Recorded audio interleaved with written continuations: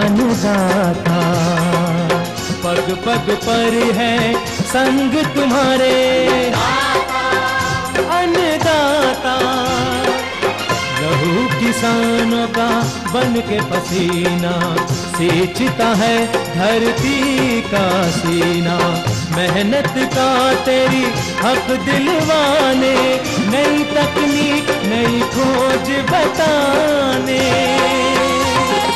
पशुधन को गुणवान बनाना, पौध सुरक्षा को सिखलाना, खेती के सब गुर समझाने, भारत का सरताज बनाने। आठों पहर है संग तुम्हारे अन्नदाता अन्नदाता। नमस्कार, मैं श्वेता भट्टाचार्य आप सभी दर्शकों का अन्नदाता कार्यक्रम में स्वागत करती हूं। हर रोज की तरह कार्यक्रम में हम लेकर आते हैं खेती बाड़ी से जुड़ी हुई बहुत सी लाभकारी जानकारियां। तो चलिए सबसे पहले देखते हैं क्या है विशेष आपके लिए आज के कार्यक्रम में। धान की फसल के विभिन्न हानिकारक कीट और रोगों के नियंत्रण पर विशेष जानकारी भाग 3। बेर के वृक्ष पर लाख की खेती की तकनीक।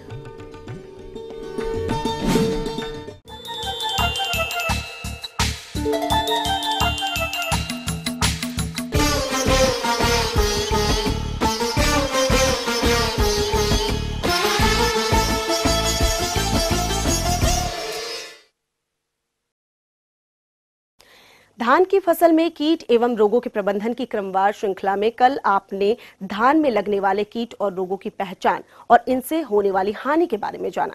आज हम आपको इसी विषय को आगे बढ़ाते हुए कुछ और अन्य कीट और रोगों के बारे में जानकारी देंगे।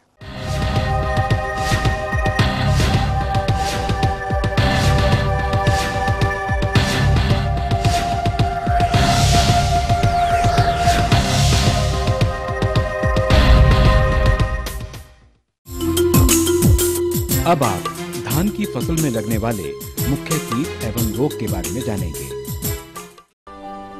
धान का हिस्पा कीट या राइस हिस्पा।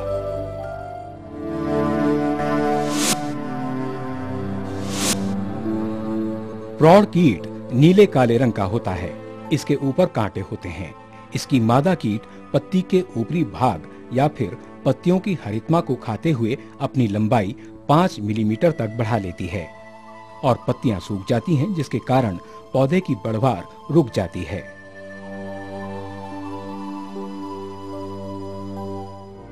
सूत्रकृमि नेमेटोड। यह 1 मिलीमीटर आकार से कम लंबाई वाला जीव है। यदि इस जीव का प्रकोप फसल पर हुआ तो तने से पत्तियां बाहर आने के बाद ऊपरी सिरे से नीचे तक पूरा चाबुक जैसा दिखाई पड़ता है। पत्ती का अग्र भाग सफेद हो जाता है। यह जीव कोमल पत्तियों और कल्लों से रस चूसता है, जिसके कारण पत्तियां हरे धारी के रूप में दिखाई देती हैं। अगर इसने जड़ पर आक्रमण किया तो फसल की बढ़वार रुक जाती है। कल्ले की संख्या कम हो जाती है। जड़ के ऊपर गांठ बन जाती है जो ऊंटी के आकार का दिखाई पड़ता है। उग्र अवस्था में दाने सूख जाते हैं। यह जीव बीज, मिट्टी तथा फसल पर आक्रमण कर पूरी फसल को नष्ट कर देता है।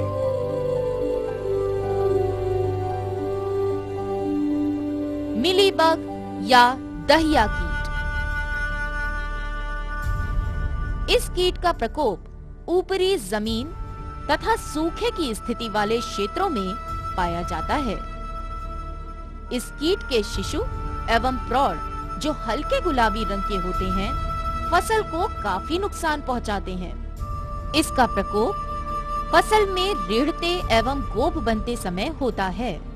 ये धान के कल्लों के रस को चूसकर सुखा देते हैं तथा जिस पौधे पर इसका प्रकोप हो जाता है उस स्थान पर चिपचिपा दही जैसा द्रव का स्राव देखने को मिलता है तथा इसके आक्रमण स्वरूप प्रकोपित फसल दबी हुई दिखती है। अभी आपने विभिन्न कीट एवं उससे होने वाले नुकसान को देखा और समझा। अब धान में लगने वाले रोगों के बारे में जानते हैं। धान में फफूंद, विषाणु, जीवाणु जैसे सूक्ष्म जीव की वजह से रोगों का आक्रमण होता है। आइए देखते हैं रोग के लक्षण, इसके व्यवहार एवं नुकसान को। धान का झोंका रोग।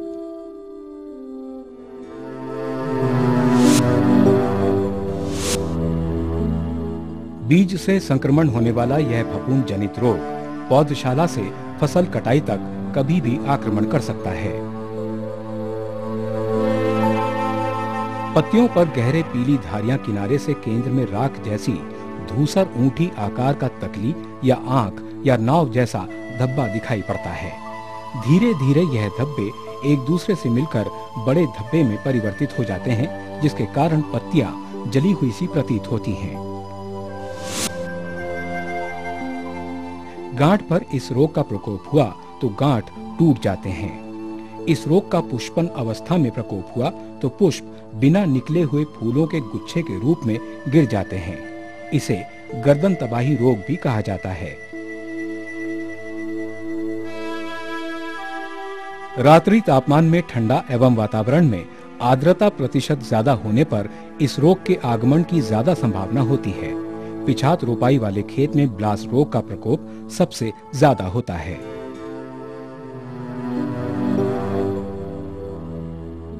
भूरा धब्बा रोग। यह रोग पत्तियों पर, पत्ते पटलों और घास के कणों पर दिखाई देता है। पत्तियों पर इसके धब्बे अंडे की शक्ल के होते हैं और इसका रंग भूरे से गहरा भूरा होता है। कभी कभी इस बीमारी के घावों के इर्द गिर्द हल्का पीला भूरा मंडल देखा जा सकता है। घास के कण पर काले रंग के दिखाई देते हैं और बाद में यह कण पौधे की पूरी सतह पर गहरे भूरे बीजाणुओं की परत चढ़ जाती है। इस बीमारी के असर से बीज कुम्हला या मुरझा जाते हैं और उसका रंग गायब हो जाता है। जीवाणु झुलसा या अंगमारी रोग। यह रोग जीवाणु से होता है।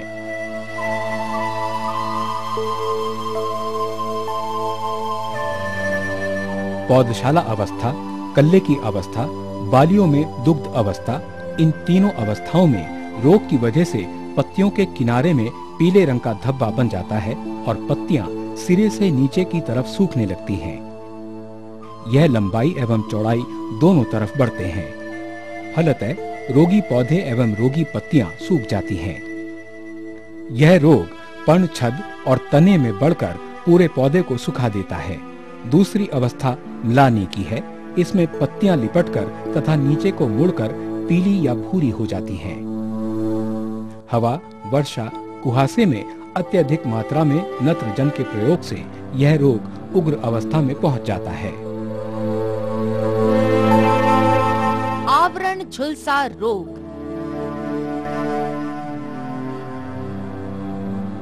यह रोग कल्ले निकलते समय प्रारंभ होकर गर्दन पूर्व पुष्पन तक ज्यादा प्रकोप करके धान की फसल को नष्ट करता है।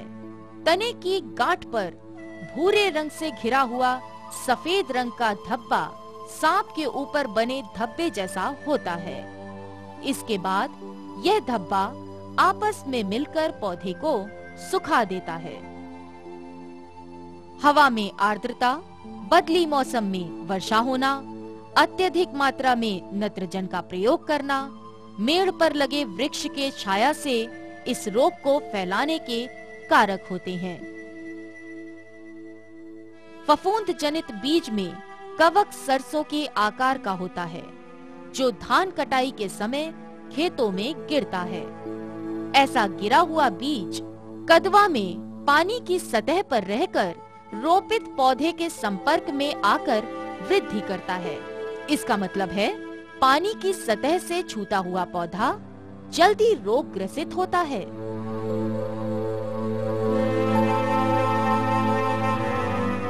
आवरण गलन। यह बीमारी पत्तियों के अंदर से अनाज की बाली निकलने के बाद की अवस्था में पत्ती के सबसे ऊपरी हिस्से पर प्रकोप करती है।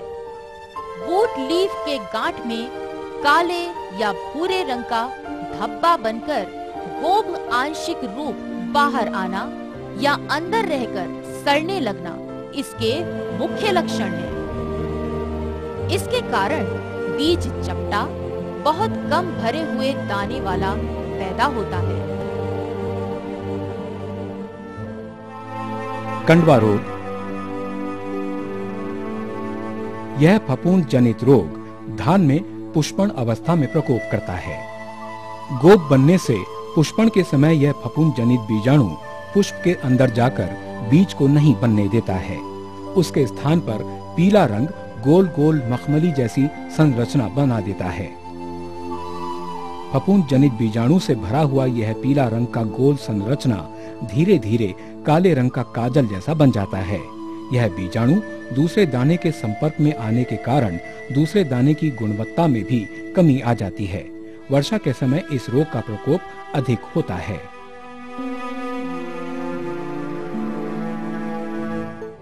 Rice tungro virus. इसको कुछ क्षेत्रों में लाल रोग या विषाणु रोग के नाम से जाना जाता है। हरा कीट इस रोग को फैलाने में मदद करता है। यह हरा कीट जैसिड कुल में आता है। ये वाहक कीट ग्रसित पौधे से और खरपतवार से रस चूसता है। विषाणु द्वारा स्वस्थ पौधे से रस चूसने के क्रम में विषाणु रोग को फैलाता है। रोग ग्रसित पौधे की वृद्धि रुक जाती है। यह रोग शुरुआती पत्तियों के किनारे से शुरू होकर हल्का हरा रंग, गेरुई रंग या पीला रंग में बदलता है। पौधे से गर्दन नहीं निकलते हैं। इस रोग की पहचान निर्धारित करने के लिए एक छोटा प्रयोग किया जा सकता है। एक शीशे के ग्लास में आयोडीन द्रव को आधा भर दें। इसके बाद 20 से 25 पत्तियां लेकर उसके अग्रभाग को काटें। काटे हुए भाग को द्रव में डाल दें। आधा घंटा रखने के बाद बाहर निकलकर द्रव से लगे हुए भाग को देखने पर नीले रंग में बदल जाए तो टुंगरू वायरस का प्रकोप हुआ है। देखा आपने धान के विभिन्न अवस्थाओं में लगने वाले रोग व कीट। इनका प्रकोप दिखते ही रासायनिक कीटनाशक की तरफ भागे नहीं, बल्कि शुरू से लेकर अंत तक समेकित नाशी जीव प्रबंधन अपनाएं तो इन रोग एवं कीट की हानि को काफी हद तक कम कर सकते हैं। ये थी कुछ उपयोगी जानकारियां। अब लेते हैं एक छोटा सा ब्रेक, जल्द लौटेंगे और कार्यक्रम में आगे है महत्वपूर्ण जानकारियां। बने रहिए हमारे साथ। बेर के वृक्ष पर लाख की खेती की तकनीक।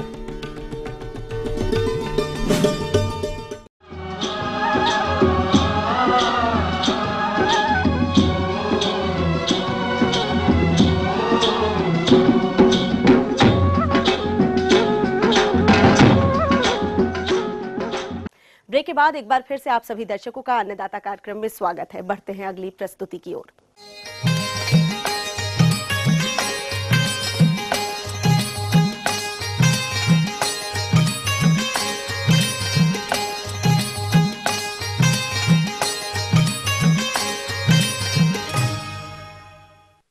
झारखंड प्रदेश के वनों और गांव में बेर के वृक्ष को काफी संख्या में लाख की खेती के लिए उपयोग किया जाता है। विशेष बात यह है कि इस पर सभी प्रकार के लाख कीट पाले जा सकते हैं, यानी कि 2 फसली लाख कीट की रंगीनी और कुसुमी दोनों प्रकार के लाख का उत्पादन इस वृक्ष पर किया जा सकता है। अन्य वृक्षों की तुलना में बेर वृक्ष पर लाख का उत्पादन अधिक होता है। हम कुसुम पेड़ पर अभी कुसुमी फसल लगाए हैं। ये फसल अभी मेरा तैयार है।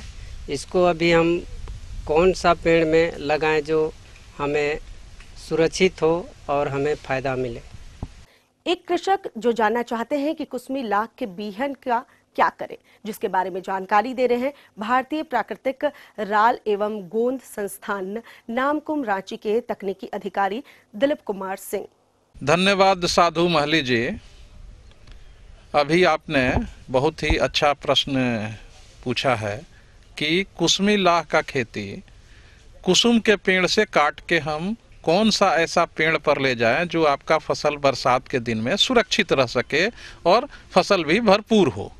बरसात के दिन में हमारा पेड़ के लिए हमें उस तरह का पेड़ होना चाहिए जो हवादार हो, मतलब जिसमें पत्तियां छोटी छोटी हो, जिसमें बहुत ज़्यादा डाली न हो, जिसमें आसानी से हवा का आवागमन होता रहे। इस तरह का पेड़ है हवादार पेड़ बेर। जो जंगली बेर है या कलमी बेर है, किसी तरह का बेर हो, उस पर हमारा कुसमी लाख का कीड़ा बरसात के दिन में बहुत ही अच्छा तरीका से बैठ करके और भरपूर फसल देता है। तो हम लोग जानेंगे कि ये हमारा बेर का पेड़, हम लोग साधारणतः देखते हैं कि कुसुम जैसे फसल लगाने के 18 महीना पहले कलम करना होता है, उसी तरह से बेर का पेड़ में फसल लगाने के 6 महीना पहले कि हमारा जो बेर का पेड़ है इसका एक आकलन करते हैं कि इसमें कितना मात्रा में बीहन चढ़ाना है। क्योंकि हमारा जो डाली है इसका अगर हम गिनती कर लें, हाँ, जैसे हम लोग ये जो बेर का पेड़ देख रहे हैं, ये पेड़ में कम से कम 100 मीटर डाली निकला है, मतलब 50 डाली निकला है जो 2-2 मीटर का लगभग है, तो 100 मीटर डाली हो गया। और 1 मीटर लंबा नया टहनी के लिए हमें 20 ग्राम बीहन लाख का आवश्यकता होता है, और वो 20 ग्राम हमारा जो है डंटी सहित। तो ये 20 ग्राम का मतलब हो गया कि हमारा अगर 100 मीटर का डाली है तो अगर हम अपने पेड़ पर उसको 20 से गुणा कर देते हैं तो 2000 ग्राम होता है, और 2000 ग्राम बराबर हो गया 2 किलोग्राम। तो अगर 2 किलोग्राम बीहन ले करके इस पेड़ पर अगर हम 50-50 ग्राम या 100-100 ग्राम का बंडल बना करके चारों तरफ समान मात्रा से अगर हम घुमा करके अगर बांध दें तो हमारा कीड़ा उस पर अच्छा तरीका से सही जगह पर जाकर के बैठेगा और चारों तरफ बराबर डिस्ट्रीब्यूशन होगा। जब बराबर बैठेगा तो अलग अलग डाली पर उस पर भार भी नहीं आएगा। नहीं तो होता क्या है कि किसान भाई क्या करते हैं कि बड़ा बड़ा बोझा ले जाकर के बेर के डाली में फंसा देते हैं। इससे क्या होता है कि कीड़ा का जो डेंसिटी ऑफ जो सेटलमेंट है, जो बैठने का जो घनत्व है, वो कहीं पर ज़्यादा हो जाता है और कहीं पर कम हो जाता है। और जहाँ पर ज़्यादा होता है वहाँ पर बैठने का घनत्व से जनरली जो है मोर्टेलिटी जो है या कीड़ा हमारा धीरे धीरे फर्स्ट मोल्ट सेकेंड मोल्ट के अंदर ही मरने लगता है।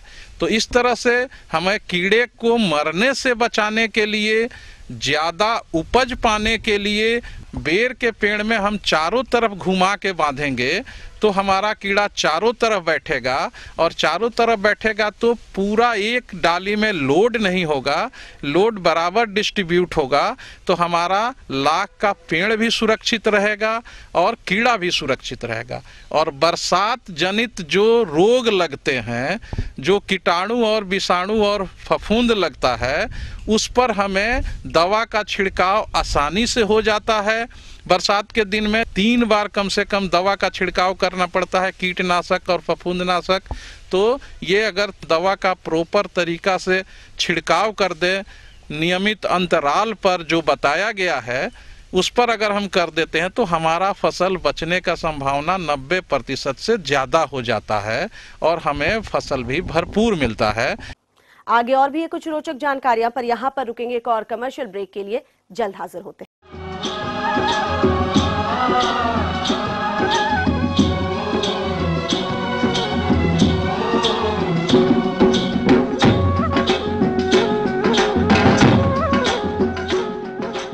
ब्रेक के बाद आप सभी दर्शकों का स्वागत है। चलिए अब रुख करते हैं अगली कड़ी की ओर।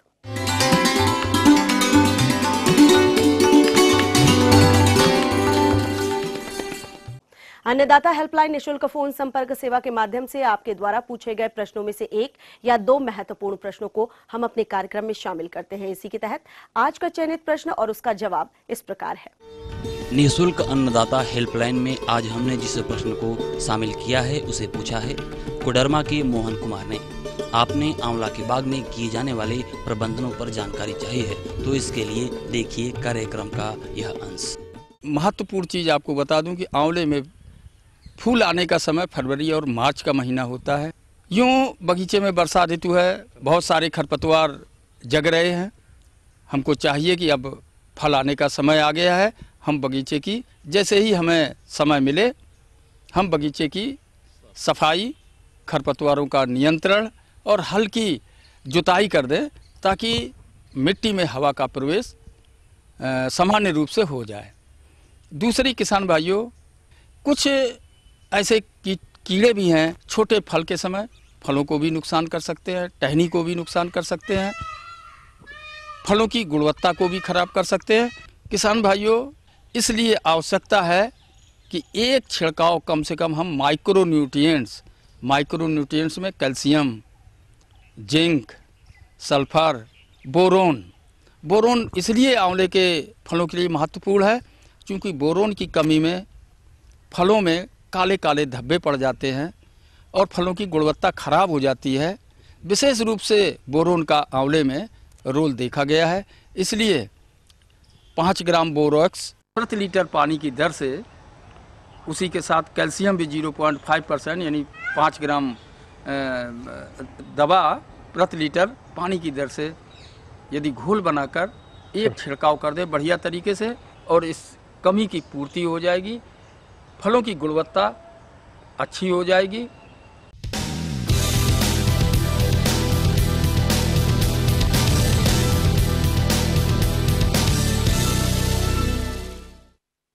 राज्य के विभिन्न मंडियों में कृषि उत्पादों के चढ़ते उतरते बाजार भाव की संक्षिप्त जानकारी इस प्रकार है।